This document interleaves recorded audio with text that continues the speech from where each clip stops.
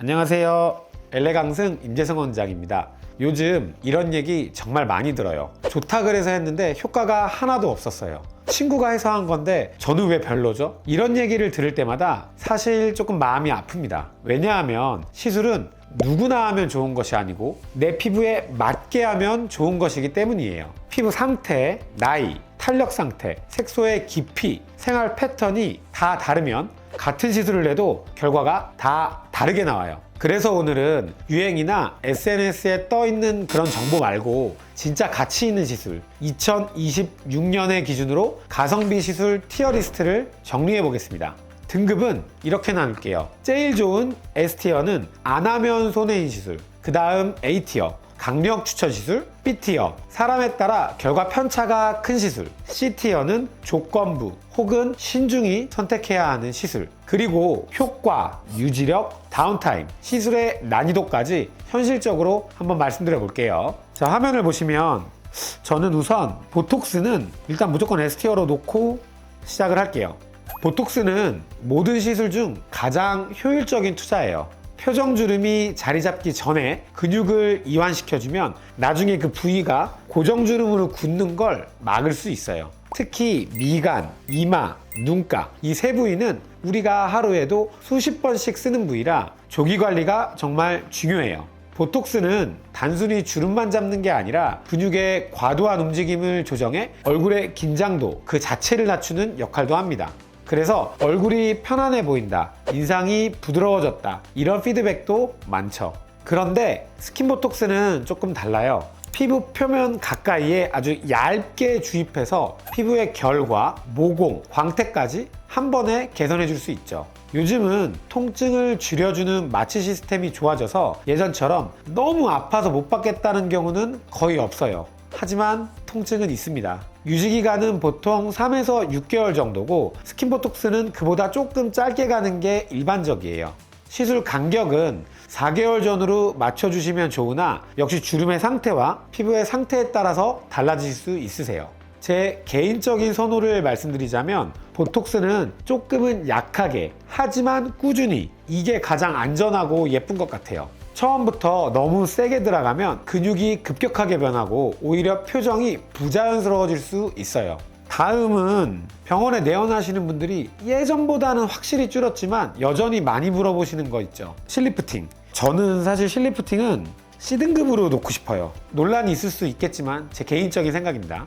효과는 확실히 있어요. 근데 멍, 통증, 유지력 편차가 너무 큽니다. 환자에 따라서도 그 편차가 크게 나타나지만 시술해 주시는 의사 선생님의 스킬에 따라서도 크게 나타난다고 생각해요. 또한 제가 생각하는 좋은 리프팅이란 근본을 좋게 해줘야 되는 건데 실리프팅이 근본을 좋게 해주지는 않아요. 그래서 C티어로 놨어요. 그리고 요즘 리프팅 트렌드는 초음파, 고주파로 레이저 리프팅을 해서 기준선을 만들고 실은 보조적이고 좀 디테일한 용도로 쓰이는 방향으로 좀 바뀌고 있는 것 같아요. 저도 그 방향에 동의하는 바고요. 자, 다음은 가장 유명한 리프팅, 울세라 리프팅. 저는 울세라 리프팅은 A티어에 놓을게요. 가장 많이 하고 유명한 리프팅이죠, 울세라. 초음파 리프팅으로 대표되고, 초음파 리프팅은 쉽게 말하면 처진 얼굴의 기준선을 다시 세워주는 시술이라고 생각해요. 피부의 가장 깊은 곳인 스마스층을 자극해서 처진 조직을 위로 당겨주는 그런 원리죠. 이건 다른 시술로 대체가 거의 불가능합니다. 요즘에는 이 초음파 리프팅을 하는 나이가 더 어려지고 빨라졌지만 그래도 보통 35세 전후로 첫 리프팅을 할 때 기준선을 잘 잡아두면 그 이후 노화 속도가 정말 달라져요. 통증이 걱정되시는 분들도 많은데 요즘은 샷수나 에너지의 세기 혹은 샷의 분포 이런 거를 세밀하게 조절할 수 있고 마취의 도움을 받으면 예전보다 훨씬 더 편하게 받으실 수 있습니다. 주기는 보통 6개월에서 12개월에 한 번씩 해주시는 게 가장 좋은 것 같아요. 다음은 너무나 종류가 많고 환자분들이 가장 원하는 시술, 저도 너무 좋아하는 스킨부스터. 스킨부스터는 S티어로 가야죠. 스킨부스터는 이제 단순히 피부가 좋아 보이게 하는 주사가 아니라 피부의 근본 퀄리티를 올려주는 시술로 보셔야 될 것 같아요. 잔주름이나 건조감, 푸석함, 화장의 들뜸 이러한 여러 가지 것들이 한 번에 오는 분들이 정말 많아요. 이럴 때 뭔가 레이저, 관리만으로는 확실히 한계가 있고 연어 DNA 유래 성분인 PN 성분이나 보습 장벽 강화형 스킨 부스터를 같이 넣어주시면 재생과 장벽이 동시에 좋아져서 베이스가 확 개선되는 걸 느끼실 거예요. 요즘에는 너무 다양하고 많은 스킨 부스터들이 있으니까 본인의 상태와 니즈에 맞는 것을 잘 선택하시면 확실히 좋아지는 것을 느끼실 거예요. 권장 주기는 일반적으로 4주 간격으로 3회, 이후에는 조금 길게 해서 3에서 6개월 간격으로 유지하셔도 좋고, 너무 피부에 염증성 여드름이 많거나 트러블이 많은 시기에는 피해주세요. 다음으로 해볼 거는 써마지 해보죠. 고주파 리프팅. 역시 울세라와 더불어서 가장 많이 하시고 찾는 시술 중에 하나죠. 환자분의 상태에 따라 확실히 다르지만 그래도 A티어에 놔야지 될 것 같아요. 고주파는 초음파보다는 좀 얕은 층, 진피층의 콜라겐을 조여주는 시술이에요. 피부가 얇거나 탄력이 떨어진 분들에게 특히 효과적이죠. 초음파가 피부 깊숙한 층을 당겨주는 거라면 고주파는 피부의 두께를 유지해주는 그런 역할을 해요. 두 시술을 함께 받으시면 라인과 결 두 가지를 동시에 잡을 수 있습니다. 단독으로도 가능하지만 울세라, 스킨 부스터, 스킨 보톡스 이런 시술들과 컨비네이션 하셨을 때 더 빛을 보는 시술이에요. 사실 이 울세라나 써마지는 가성비가 좋다고 할 수는 없는 것 같아요. 하지만 환자분의 상태에 맞게 시술이 들어가면 충분히 좋은 효과를 보실 시술이라고 생각이 들어서 A티어로 놓을게요. 다음 화면을 보시면 요즘 또 가장 많이 하는 시술, 콜라겐 볼륨 주사. 요거는 B티어로 놓을게요. 한 2, 3년 전부터 가장 문의도 많고 환자분들이 부담 없이 찾는 콜라겐 볼륨 부스터죠. 필러처럼 인위적으로 볼륨을 확 만들어주는 게 아니라 내 피부 안에서 콜라겐을 자연스럽게 만들어줘서 볼륨을 부드럽게 채워주는 시술이에요. 볼살, 팔자, 입가 이런 곳에 많이 하시죠. 다만 주사의 깊이, 희석의 농도, 분산의 방식 이러한 세 가지에 따라 결과가 너무도 달라질 수 있어요. 볼륨의 효과가 드라마틱하지 않고 결절이라는 단점이 있기 때문에 개인적으로 삐해놓는 게 맞다고 생각이 들어요. 다음으로 말씀드릴 것은 필러로 하죠. 볼륨의 가장 효과적인 시술이죠. 저는 필러는 가성비로 놓고 보면은 A티어로 가는 게 맞다고 생각이 들어요. 필러는 여전히 즉각 만족도 1등인 시술이에요. 원장님들은 대부분 필러가 너무나 좋은 시술이라는 것을 알고 계십니다. 제가 필러에서 중요하게 생각하는 부분은 단순히 볼륨을 채워주는 것보다 그림자를 지워서 얼굴을 단정하게 만들어주는 것이에요. 팔자, 앞볼, 관자, 턱끝 이런 데는 빛이 비출 때 음영이 생기면서 피곤해 보이는 구조가 쉽게 만들어지는 곳이거든요.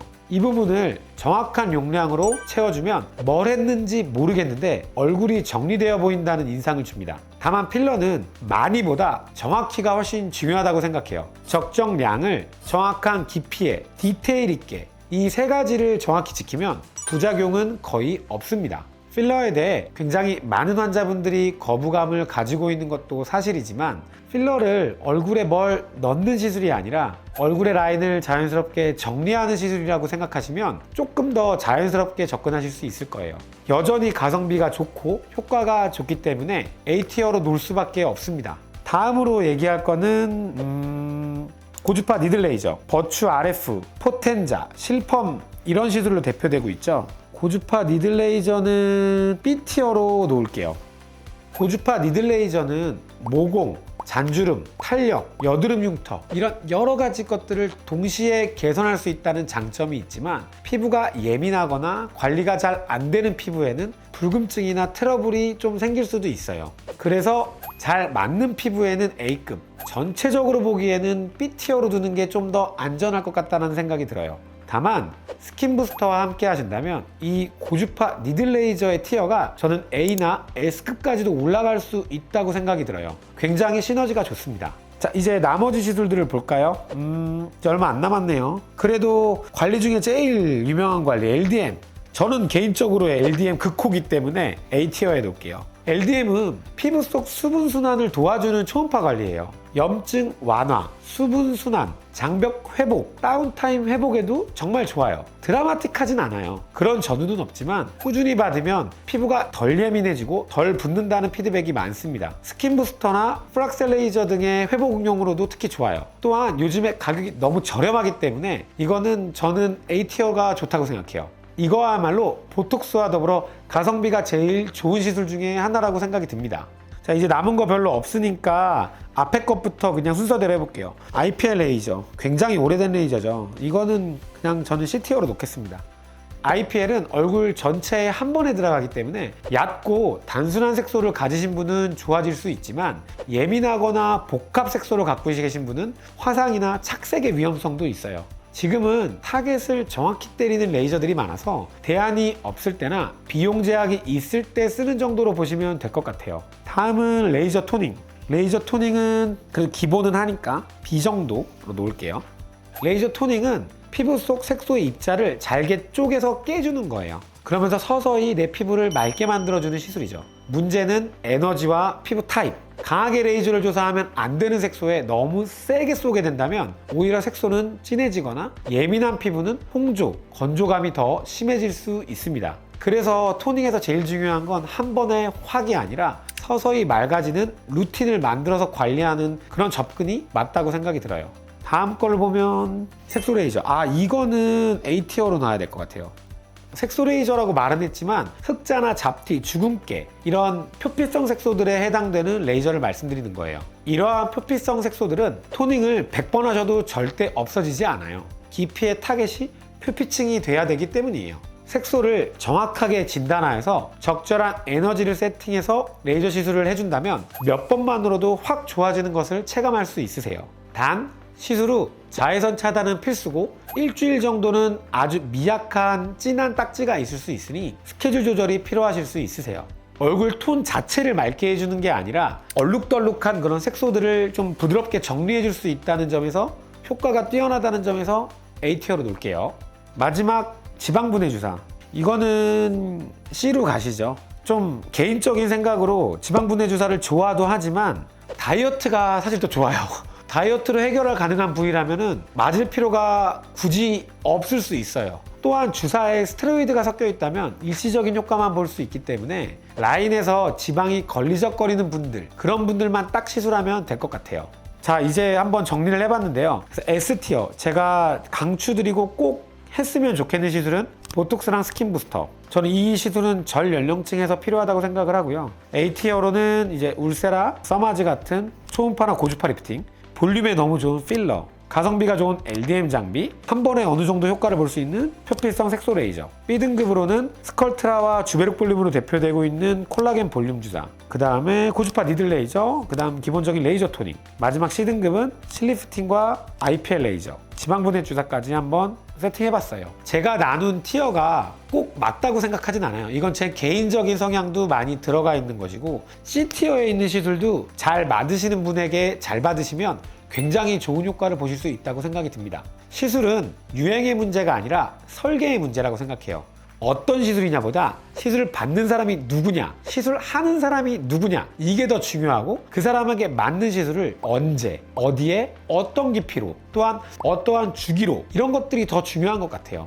2026년엔 가성비보다 가치비, 얼마나 싸게 보다 얼마나 내 피부에 맞게, 그걸 핵심으로 구상해보세요. 도움이 되셨다면 구독, 좋아요, 알림 설정 부탁드리고요. 궁금하신 것은 언제나 댓글로 남겨주세요. 감사합니다.